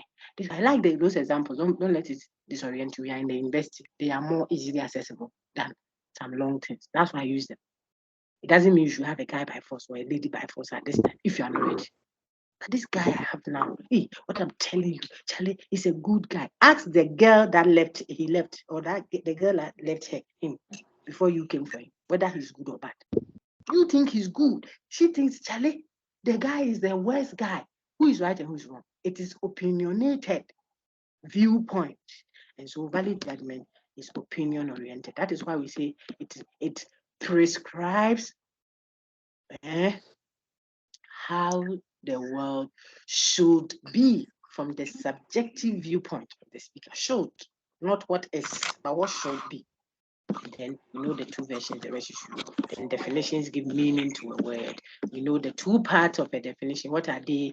Definiendum, the unknown word, and definiens, the part that you are using to give meaning to the unknown word. Every definition has a definiendum and a definiens. So pollination is the transfer of pollen grains from the anther to the stigma of a flower. All of us, I want a chorus answer. What is the definiendum of my given definition? Quick bar. Pollination. Pollination. Very good. And what is Pollination. very good? Pollination. Yes, pollination. Thank you so much. You know that. Pollination. Yeah. Some of you are network is far away. It takes a while before. Okay. Pollination. Oh, Pollination. Matia, Brian. Pollination. Okay, so if you know that, then you know the parts of a definition. Now, what about the types? I want to end with the types, and I can do that. I normally do that in 3 minutes or so. Okay, then we can end. Look on my screen now. Please, what do you see on my screen? I want to be sure. I've swapped the slides. Types of Very definition. good, very good. Let's go. Let us do that. Yo, Mate, let me do Types that. of definition. Yes, let me take you through that quickly in about maybe 5 minutes or so, okay? Then we all can go and have a good weekend. It's Friday. Rest ourselves for next weekend. Next week. Some of us won't really have any rest though, but it's fine. Now, please look on your screen. And you've done very well. I'm very impressed because we have virtually, it's not a revision, we have virtually, so it's very impressive. Let's use the last 5 minutes to really mop up on the introduction to Unit 2. Then when your lecturer comes, he will continue from connotation, denotation, open texture, well-defined, etc. of the Unit 2. Okay, for now, you know the parts of a definition. Now I want to show you the types of a definition, how to give meaning. You can give meaning. Definition means, well, a declarative that gives meaning to an unknown word. So if I define a word, I'm just telling, if you don't know pollination, look at what? The blah, blah, blah, blah, blah. If you don't know bachelor, look at an unmarried adult. That's what I'm saying. So I'm trying to give you the meaning of the unknown using what you know. Okay, so lexical definition simply means if you don't know the definition that we give you is in the lexicon, the dictionary. So the meaning that you get from the dictionary, that's the lexical definition, finished. If you look at ostensive, when you give meaning by pointing to the thing, you don't know fufu. Oh, look on there. So I'm showing you something on the something. I say, look on that's fufu. You don't know fufu. That is fufu. It's a type of definition. It's a way of giving meaning, especially to children. Okay? People who don't, if you want to see, you want to show someone what color blue is, a child, mostly, you can point to a book that is already blue to show him color blue. Okay, it has a weakness, that kind of definition. Why? All of them have weaknesses. You can look them out in your text or when you are reading around the topic. Okay, but you see that when I show you the meaning of something by pointing to one particular type of it, you will think that that is all that there is. So stipulative, ostensive definition, point to show or demonstrate to show it. That's all. You don't know fufu. Oh, that is fufu. Or you can pound it for the person to see. Or you can if it's a dance, for example, you don't know Palogo. Oh, this is Palogo. But then you do it. If you're at home, I'm dancing the Palogo in my room there. So when you do it, you are still giving meaning ostensibly. That's ostensive definition. What about operational definition? You can give meaning operationally. What does that mean? You can show how the thing is done or how to get to it. You don't know fufu. Oh, fufu, that is a dumpling. You get it when you buy cassava, plantain, peel it, cut it into sizable chunks, put in water, in a saucepan, put on fire, cover it, let it boil till it is tender. Pour out the water, dry it a bit, pound it in a mortar and pestle or some people go and blend it now. Blend it. Now mold the blend until it has a good consistency. You see what I'm doing? Mold it into dumplings. What you have is called fufu.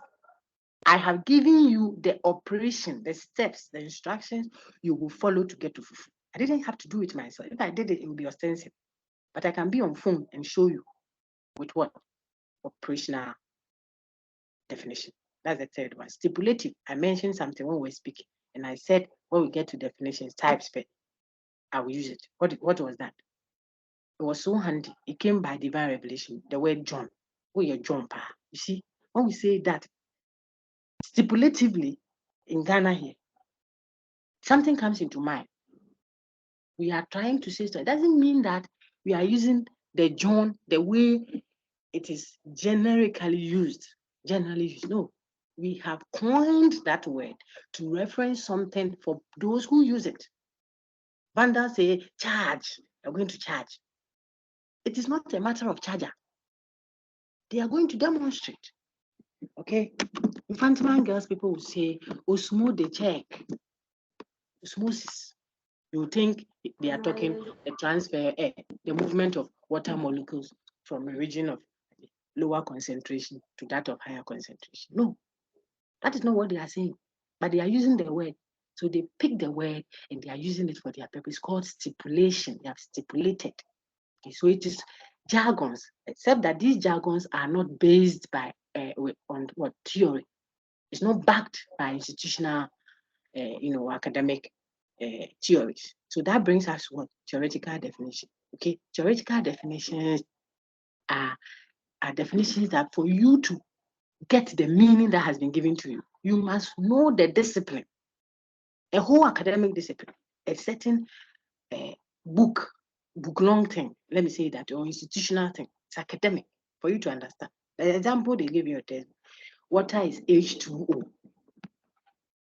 If you don't know water is 2 molecules of hydrogen and a molecule of oxygen at room temperature. Hey, I want water to stir my banku. When I ask you, I want to tell you to get water, then I tell you, yeah, please get me H2O.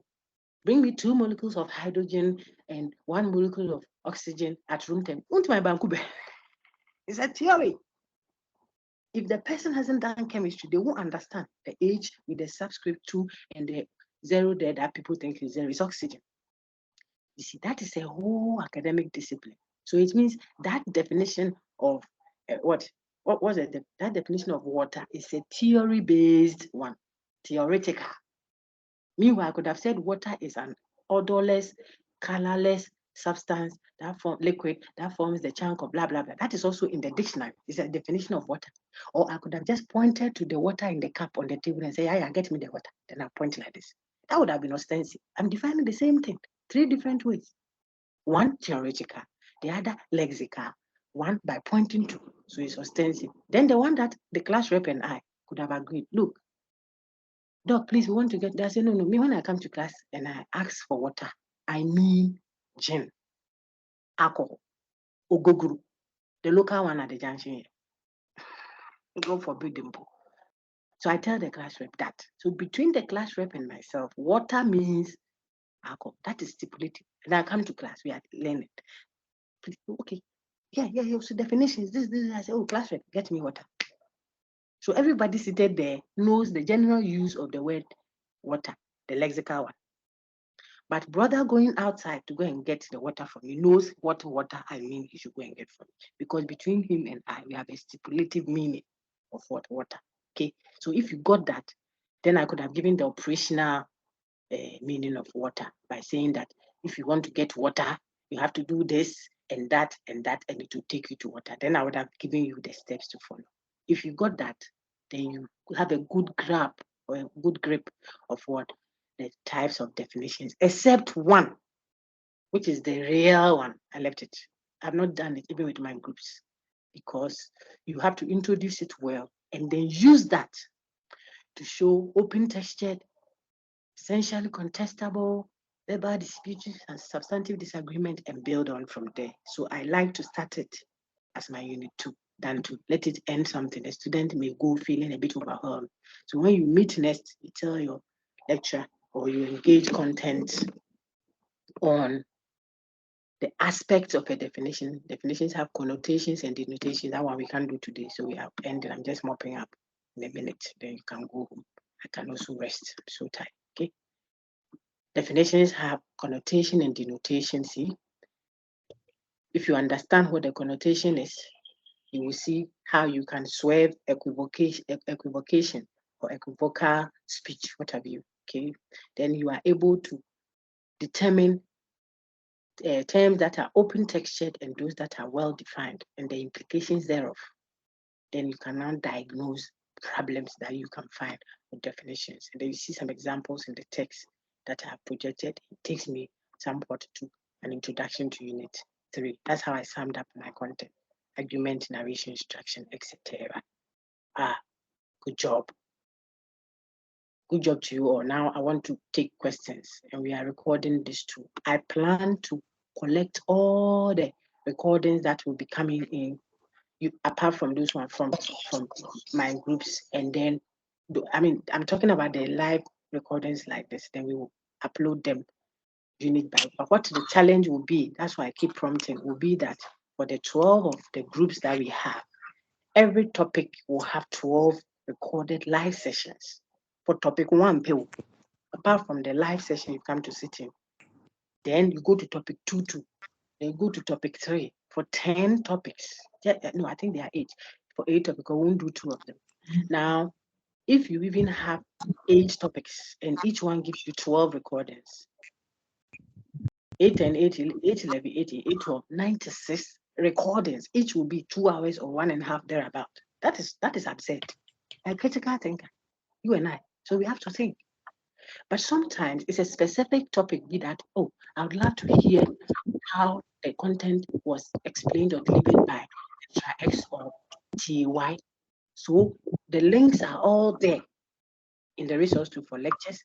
The links are all there for tutorials so that you can access other content on your own. But for my channels, and I believe my colleagues' channels, I put my resources there and they are accessible to students. So you can exploit and find it. Okay. Topic 1, properly done fully. I believe if you still have questions, that's why there are revisions. Topic 2, well introduced, set out nicely in preparation for the ones that I've showed you. There you move on.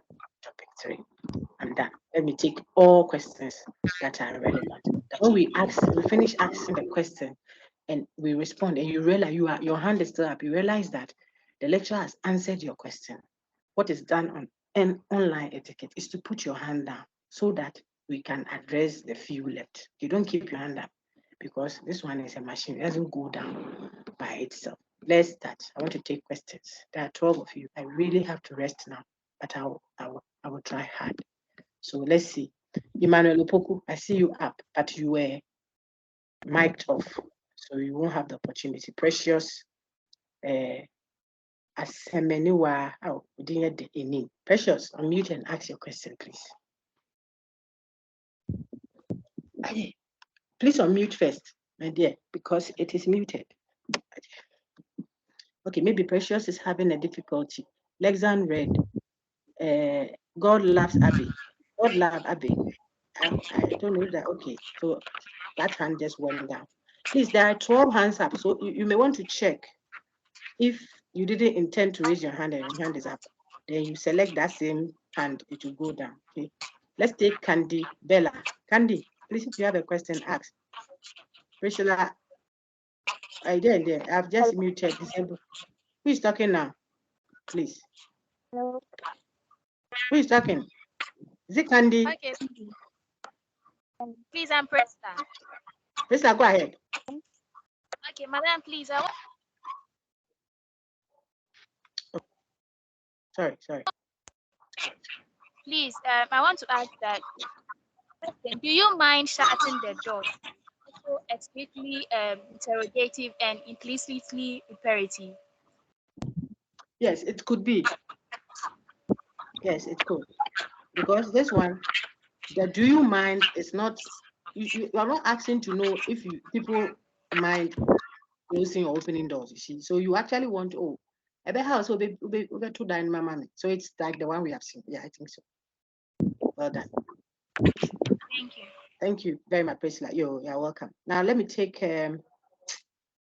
Nana Kunedu. Nana Kunedu, please unmute and ask, okay? Candy Bell, I'll call you again. You delayed a bit, so I thought you were not on. Nana Kunedu, can you speak? If not, then Candy is ready. Then she goes on. Candy, then go. I think Nana too is. Madam, I didn't actually get the document and the document. Oh, you wanted to read there? I didn't get that part. You didn't get what, please? I'm sorry, I didn't hear you too. I didn't understand that part. Which part? I missed it. I want you to repeat which part you are talking about. And then Have we discussed it today, my lady? you Just that you mentioned missed it. I've discussed it, right? Oh. If I've discussed it today, then I'm pulling the recording down, right? Those things also take a while, but I'll pull them and then give the links to your assigned WhatsApp group. You see that we have shared WhatsApp group, and that's what you play back. You can play it back several times to get what I said. Okay, unless it hasn't been discussed yet, because I can't hear some of the things you are saying. I would have loved to say it for you. You are welcome, Candy. Your name is Toffee. Hey, Sister Toffee, you're Mate. Beautiful name. Now I can mute you and then allow someone else. I see quite a number of hands. If someone's question is really because we have 10 hands up now, okay, and I want to make sure that maybe I should just go. Emmanuel's hand has to go down. He lost the opportunity. Emmanuel, you can send me an email if it is really bothering you. I can address them for you. Precious, Asimeni, I asked earlier on. I think that she's fine, so we can lower the hand. Now we have 7 to go. I see Candy Bella has asked her question somewhat. If she's still bothered, we'll deal with it later. So, lowered hand. Mahatma Gandhi. I'm not sure that is it your real name. Okay, let me not presume much. Oh, Mahatma, you put your hand down. It wasn't a question. Okay, let me take now. Nyaku. Okay. Oh, sorry. Nyaku Ebenezer, right? Yeah. Ebenezer Nyaku. Then we have 6 to go. Okay. Nyaku's question is gone. Samuel Akoka, I think you read for me or I asked you a question earlier. Samuel, please ask your question if it is still there. If not, then we are good. Madam. Yes, sir. Sorry. Oh, don't worry, don't worry. Like people, let me explain that thing. Sometimes people say, hello, honey, mommy, and I'm telling honey, and as for the relational one, I know that it's respectful of us to say auntie, mommy. It's a respectful thing we'll do, but there's a possibility of misinterpretation. Okay, so if you address the person by the office, we are saying that's the only thing. It's not the doctor, and I mean Professor Kra. Why? But so go ahead. If you say the doctor is neutral, people don't say, hey, apparently the woman she teaches her nieces and nephews. So then they will be getting the A and we won't get it. Meanwhile, it was just a respectful. Go ahead, sir. Go ahead. Okay, please. My question is sentence fragment the same as statement? No, please. Statement is complete. That is declarative. See, the full thing. So today is Friday. The rice and stew is delicious. That is a statement. We have a new president. It will rain tomorrow. All those are stating something that can be either true or false. That statement, the declarative one. So when I finish and you play back, or you go to the raw slides now and go through, you see that a lot will come to light. This is what the people meant because you have engaged the content. That's statement or proposition or declarative or whatever. Okay. But when we say sentence fragment, it is not complete. The first lady of the church of so and so finished. What has she done? The president of Ghana Women's Association, I'm coming. What has she done? That would be the question to ask next. What has the president done? Okay, so when you have incomplete statement, then we call, oh, wow, what am I projecting? I wanted to project what we just discussed for you to see. I don't think I projected that. my dear friend, so that is what a sentence fragment is, incomplete sentence. Okay, let me find you. Let me take another question. I'll project some examples shortly for you to see. Okay, incomplete. You. All right. Let me take. We had 3 hands left. Please be fair to me. Otherwise, next time I won't come and help you when your lecture is not there. You'll be stranded. Something. They'll say there are plenty links. Find another one and join. Big boss. That's the sentence fragment. So this is so these are sentence fragments. You see, you can enjoy them. It will help you. Whilst I take other questions. All right. So I'll take Vanessa Dinsey, who I think just came. Augustine Bruni, I'll take you after Vanessa. We have Vanessa, Augustine, Bruni, Mahatma Gandhi. Your hand is up again. We are done. Go ahead. Augustine Bruni, the background is very noisy. I'm so sorry. Send me an email, okay? I have had to disconnect it. And the last two, and we can go. The last two. Lexan, please, you still have a question, or it was the one that you used to read, and we can go. Madam, I want to ask personal question. Oh, please do. Go ahead. Is it very personal? They will take it off the recording. Okay, madam, I'll please email you. Who is doing this? Lexan, if you don't mind, I'm ending. So if you don't mind, send me an email on the issue, okay? It will be better because the time is done. So you see that yes, people want to misbehave, and I have to. Yes, please. I will do let that. Us have that. Yes, sir. All the best, everyone. I enjoyed the class. I think that we will have something to work with. So we'll get the recordings across so you can do well. I wish you well. I pray that all your time in the university, not just in this course and everything, will end well for you. Take care and all the best. Thank you, Mom. Thank you. Thank Bye. you. Thank you, Doc. Thank you. Bye. Bye. Students, Thank you. as soon as you see them, people will meet their mics. Bye, everyone. Thank you so much. Bye. Thank you, madam. Was any Bye. questions issues? Oh, thank you. Bye. Thank you. Bye. Thank you. We love you. Bye.